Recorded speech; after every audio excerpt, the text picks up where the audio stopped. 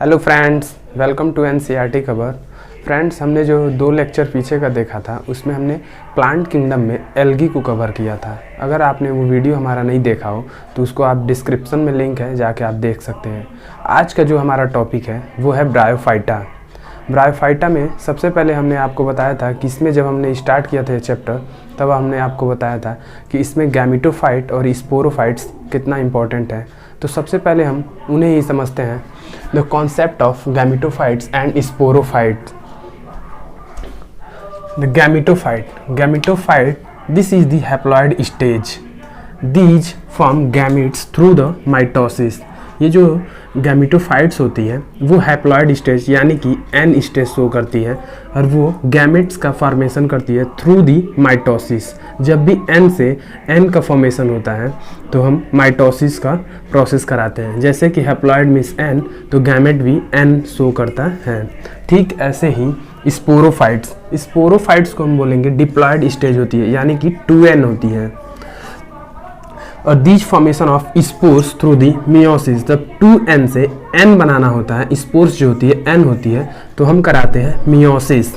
तो हम इसके साइकिल को समझते हैं कि गैमेटोफाइट्स जो होती है उससे गैमेट का फॉर्मेशन होता है। ये इसमें हम माइटोसिस कराते हैं n से n। फिर गैमेट्स आपस में, मेल और फीमेल गैमेट्स आपस में फ्यूज करके जाइगोट का फॉर्मेशन करती हैं। ये जो जाइगोट्स होती है these are the single cell, या सिंगल सेल होती है बट 2n स्टेज शो करती है। फिर जाइगोट में हमेशा माइटोसिस होता है और स्पोरोफाइट्स का निर्माण करती हैं।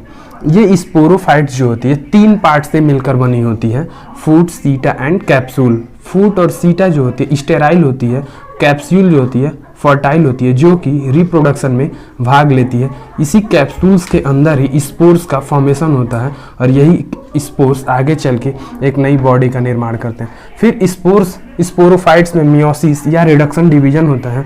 इन रिडक्शन डिवीजन के थ्रू स्पोर्स बनते हैं और स्पोर्स में अगेन माइटोसिस होती है, फिर से गैमेटोफाइट्स बन जाता है। इस प्रकार से ये हो गया ब्रायोफाइटा का साइकिल। आगे हम एक्सप्लेन कर रहे हैं कि ब्रायोफाइटा के जनरल कैरेक्टर्स के बारे में। अब हम ब्रायोफाइटा के जनरल कैरेक्टरिस्टिक्स के बारे में पढ़ेंगे। ब्रायोफाइट्स बेसिकली जो होती हैं स्मॉल प्लांट बॉडी होती है और नॉन वेस्कुलर होती है। नॉन वेस्कुलर का मतलब होता है कि उनमें जाइलम एंड फ्लोएम नहीं पाया जाता है। मीन्स जाइलम एंड फ्लोएम का काम होता है, जाइलम का काम होता है जड़ से पानी को ऊपर पत्तियों तक पहुंचाना और फ्लोएम का काम होता है पत्तियों से भोजन को नीचे तक पहुंचाना, जड़ तक। तो इस प्रकार से इसमें नॉन वेस्कुलर का मतलब ये हो गया जाइलम एंड फ्लोएम अब्सेंट होती हैं। तो यानी वाटर कैसे ऊपर तक जाती है, तो वाटर जो होती है वो रूट प्रेशर के थ्रू ऊपर चले जाती है। बिकॉज कि इनके प्लांट्स जो होते हैं बहुत ही छोटे छोटे होते हैं और जो बड़े प्लांट्स होते हैं उनमें ज़्यादातर जाइलम एंड फ्लोएम की ज़रूरत पड़ती है। दूसरा देखेंगे, ये जो स्पोरोफाइट्स होती है वो डिपेंडेंट होती है गैमेटोफाइट्स पे, जो कि बहुत इंपॉर्टेंट पॉइंट है। तीसरा देखेंगे, ब्रायोफाइटा को हम amphibians of the plant kingdom बोलते हैं। क्यों? क्योंकि ये पाए तो जाते हैं स्थल पे बट इनकी जो सेक्सुअल रिप्रोडक्शन होती है वो डिपेंडेंसी होती है वाटर पे, इसलिए हम amphibians of the plant kingdom बोलते हैं। ब्रायोफाइटा में आप एक और चीज़ देखेंगे कि ब्रायोफाइटा का बहुत ही ज़्यादा इंपॉर्टेंट होता है प्लांट के सक्सेशन में। मीन्स कि ये जो हिली एरिया पे पाई जाती हैं जिनके वजह से वहाँ का जो मिट्टी होती है उर्वरक नहीं होती है, तो ये जो प्लांट्स होते हैं वहाँ की मिट्टी को फर्टाइल बनाती हैं ताकि वहाँ पे और सारी स्पीसीज ऑफ प्लांट्स का ग्रो हो सके। इसलिए हम बोलते हैं कि ब्रायोफाइटा का बहुत ही इंपॉर्टेंट रोल होता है प्लांट के सक्सेशन में। इनकी जो बॉडी होती है, जैसे हमने बताया था एल्गी की जो बॉडी होती है वो थैलस लाइक होती है, ठीक ऐसे ही ब्रायोफाइटा में भी थैलस बॉडी ही होती है बट एल्गी से ज़्यादा डिफ्रेंशिएट होती है। और जो इनकी बॉडी होती है वो इनकी जो थैलस होती है वो इरेक्ट एंड प्रोस्टेट होती है और बॉडी के सबस्टेटम से जुड़ी होती है बाय द राइजोइड्स। राइजोइड्स का काम होता है वाटर का एब्जॉर्प्शन करना। प्लांट बॉडी जो होती है गैमेटोफिटिक होती है यानी कि गैमेट्स का निर्माण करती है। सो हम इसलिए ब्रायोफाइटा को गैमेटोफाइट्स भी बोलते हैं। अब हम इनके हैबिटेट्स के बारे में देखेंगे कि ब्रायोफाइटा का निवास स्थान क्या होता है, कहाँ ये पाई जाती हैं। तो ब्रायोफाइटा मेनली आपके सैडेड एरिया में यानी कि नमी एरिया में, डंपी एरिया मतलब कीचड़ वाले एरिया में एंड ह्यूमिड प्लेसेस या ह्यूमिड लोकेलिटीज़ में पाई जाती हैं।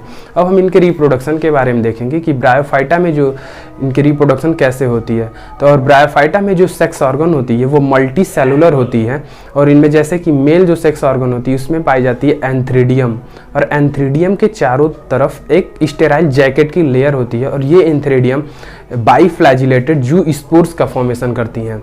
ठीक ऐसे ही फीमेल रिप्रोडक्शन का जो ऑर्गन होता है उन्हें हम बोलते हैं आर्किगोनियम, जो कि एक फ्लास्क शेप होती है, और ये एग का फॉर्मेशन करती है, जो एग आगे चल के जाइगोट्स फ्यूजन करके जाइगोट का निर्माण करती हैं। और जो ब्रायोफाइट्स होती है वो होमोस्पोरस होती है, बिकॉज वो only one type of spores का फॉर्मेशन करती है। ब्रायोफाइटा का एक और लक्षण होता है, जो स्पोरोफाइट्स होती है वो नॉट द फ्री लिविंग होती है, बल्कि एक गैमेटोफाइट प्लांट बॉडी से जुड़ी रहती है और उससे अपना नरिशमेंट शो करती है। अब यहाँ पे आपका होता है जनरल कैरेक्टरिस्टिक्स समाप्त ब्रायोफाइटा का। अब हम एक एक करके लिख के देख लेते हैं। अब हम इसको एक एक करके देखते हैं। पहला हमने बताया था कि they are small plant body, small plant body. दूसरा जो है non vascular, non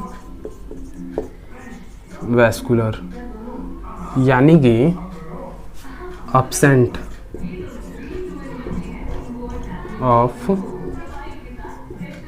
xylem and phloem. तो इनमें वाटर का एब्जॉर्प्शन कैसे होता है? तो वाटर एब्जॉर्ब बाय राइजोआइड्स,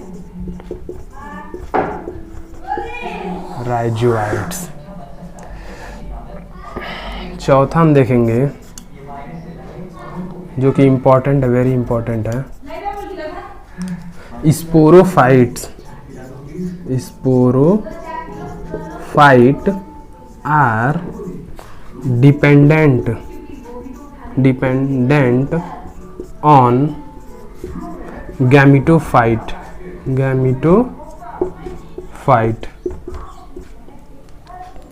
नेक्स्ट हम देखेंगे इन्हें हम एम्फीबियंस ऑफ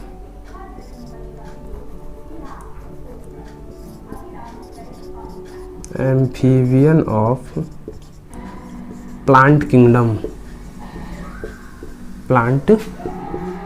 किंगडम बोलते हैं, बिकॉज ये पाई तो जाती हैं सॉइल में, पर फॉर द सेक्सुअल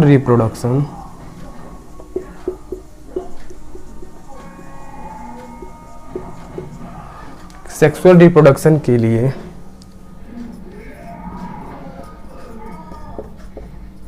डिपेंडेंसी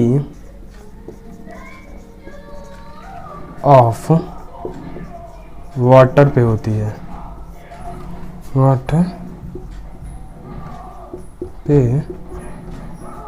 होती है। सो इसलिए हम इन्हें बोलते हैं amphibians of plant kingdom. Next जो पॉइंट है, दीज आर होमोस्पोरस।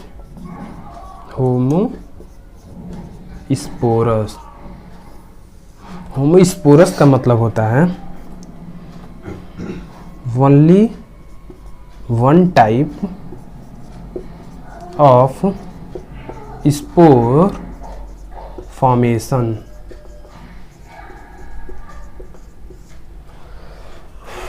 नेक्स्ट जो पॉइंट है, इनकी plant body is more differentiate than algae।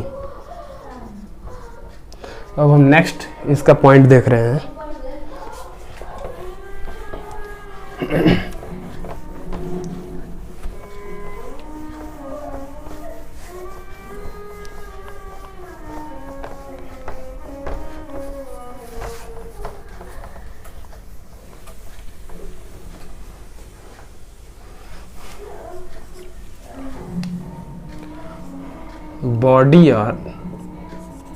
Body of bryophytes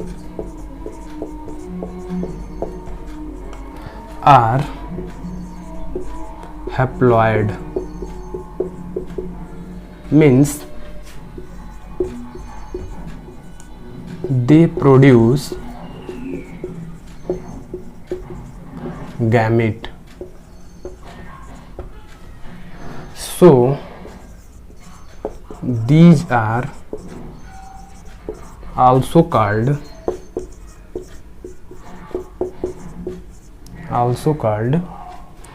gametophyte।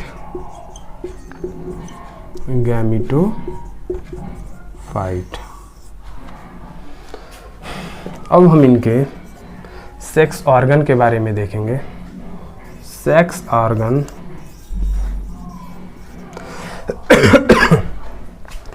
Organ are multicellular.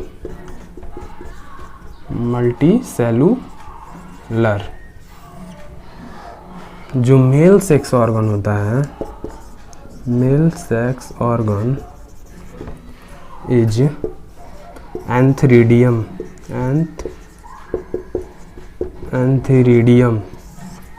जो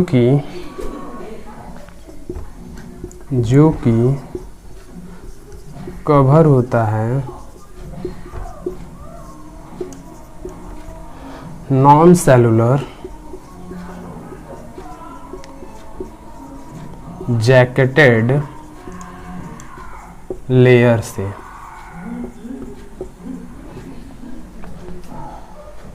जो फीमेल सेक्स ऑर्गन होता है इज आर्कीगोनियम।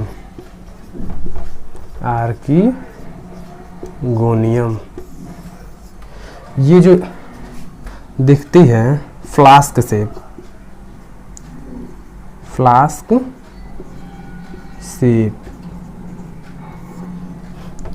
Produce egg. ये एग आगे चल के जाइगोट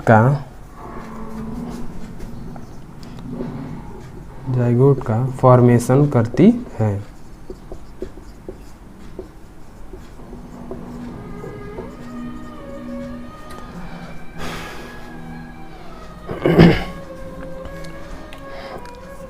एक चीज छूट रहा है इनके हैबिटेट्स के बारे में। ये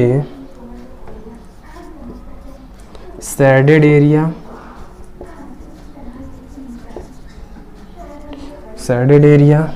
dumpy area and humid localities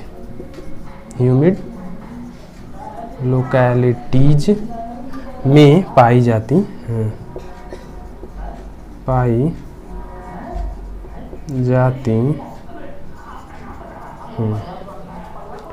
और एक और पॉइंट है, इनकी जो थैलस होती है, ये प्रोस्टेट एंड इरेक्ट होती है और ये सबस्ट्रेटम से जुड़ी रहती हैं and attached with substratum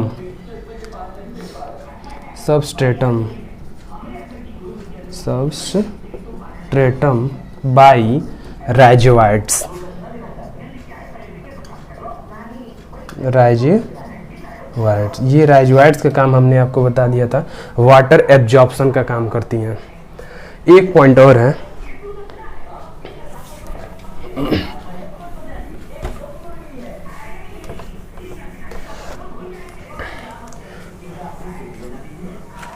sporophytes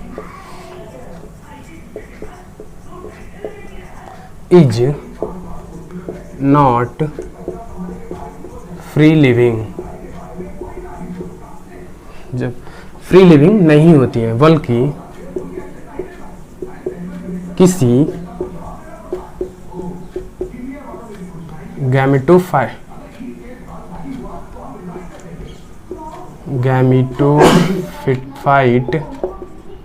body से जुड़कर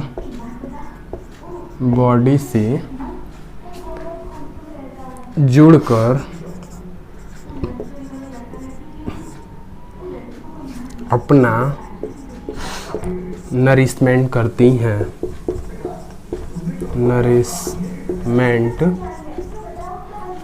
करती हैं।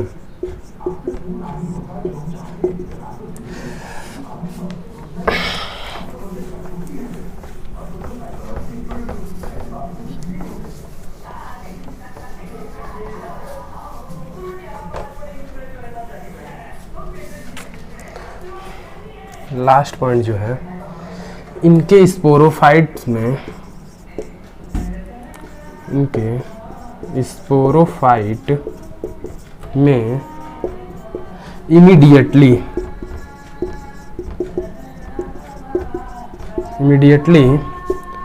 रिडक्शन डिवीजन नहीं होता है, बल्कि ये एक स्ट्रक्चर शो करती हैं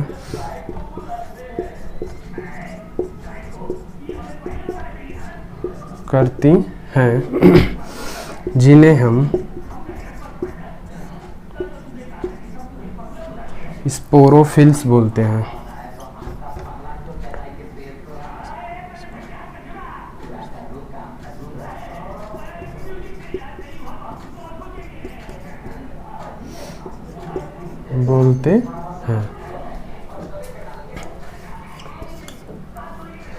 कुछ स्पोरोफाइट्स, सम स्पोरोफाइट्स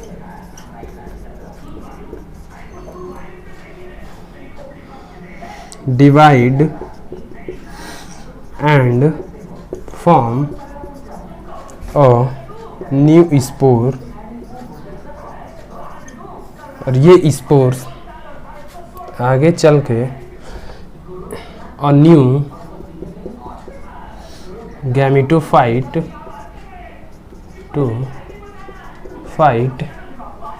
का फॉर्मेशन करती हैं।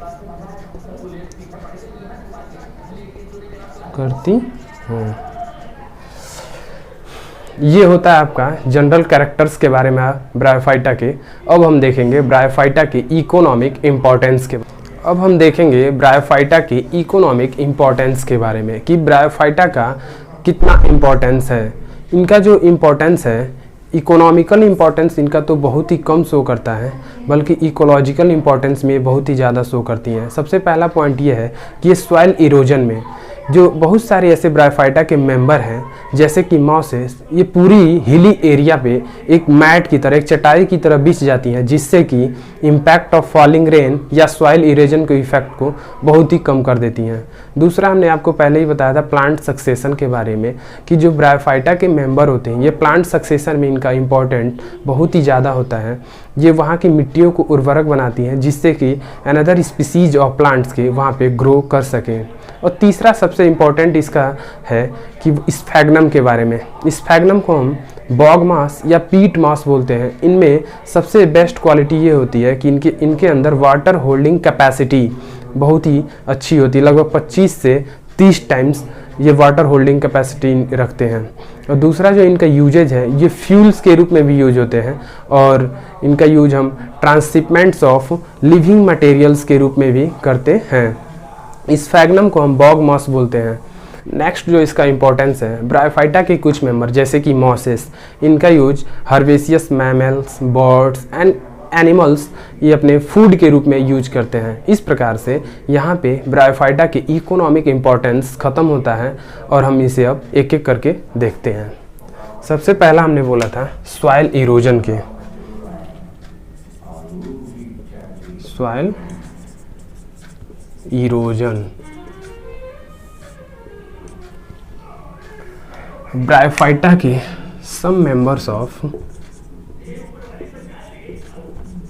some members of Bryophyta like mosses, they are grow on hilly area and prevent of impact of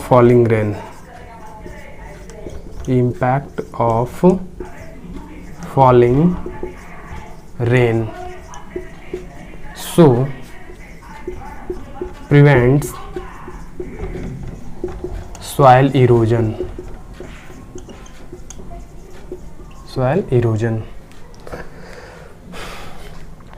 दूसरा देखेंगे वाटर रिटेंशन। इसमें आप देखेंगे स्फैग्नम के बारे में। स्फैग्नम को हम बॉग मास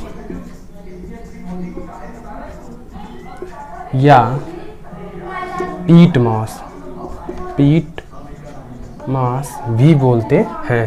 मॉस, इनका जो यूजेज है,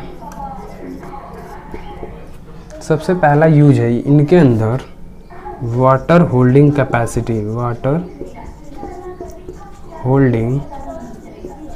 कैपेसिटी बहुत ही अच्छी होती है, बहुत ही अच्छी होती है, जिसके वजह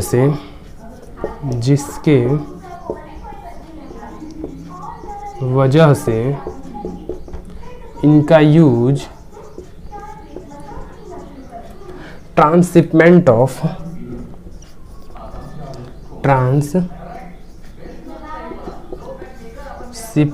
ऑफ लिविंग मटेरियल में होता है। तीसरा जो है मॉसेस का फूड के रूप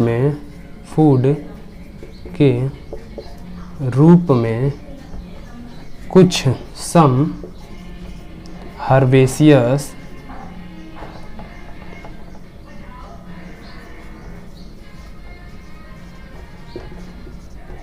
मैमल्स,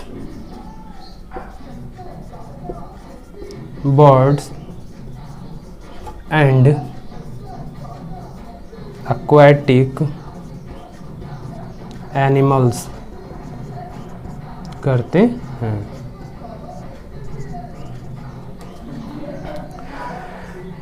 इस प्रकार से यहाँ पे आपका इकोनॉमिक इम्पोर्टेंस के बारे में समाप्त होता है और आगे का जो हमारा लेक्चर होगा इस हम ब्रायोफाइटा में ही देखेंगे। इन्हें दो चीज़ों में डिवाइड किया गया, लीवरवर्ट्स और मॉसेस में। फिर हम उसे डिटेल में अध्ययन करेंगे लीवरवर्ट्स और मॉसेस का। Thank you.